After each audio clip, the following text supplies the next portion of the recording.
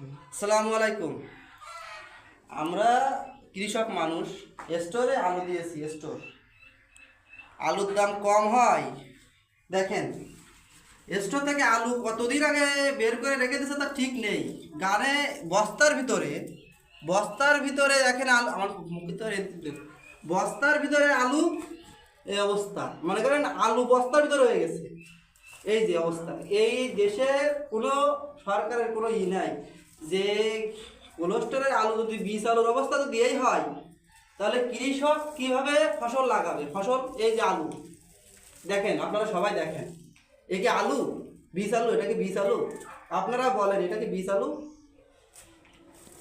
কৃষক হাজার হাজার টাকা খরচ করে ফসল করে, তাই বীজ যদি তারা যদি কোল্ড স্টোরে দিয়ে যদি বীজের অবস্থা এই হয়, যদি এরকম অবস্থায় বীজের, তাহলে কৃষক কিভাবে বাঁচবে?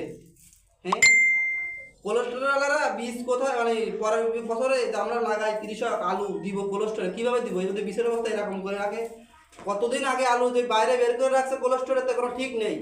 এই অবস্থা, আলুর অবস্থা দেখেন, আপনারা নিজেরাই দেখেন। এই হলো কোল্ড স্টোরের আলু। এই যে বীজ আলু, আমি বীজ দিয়েছিলাম, এই যে বস্তা এইমাত্র খুললাম, এইমাত্র বের করলাম।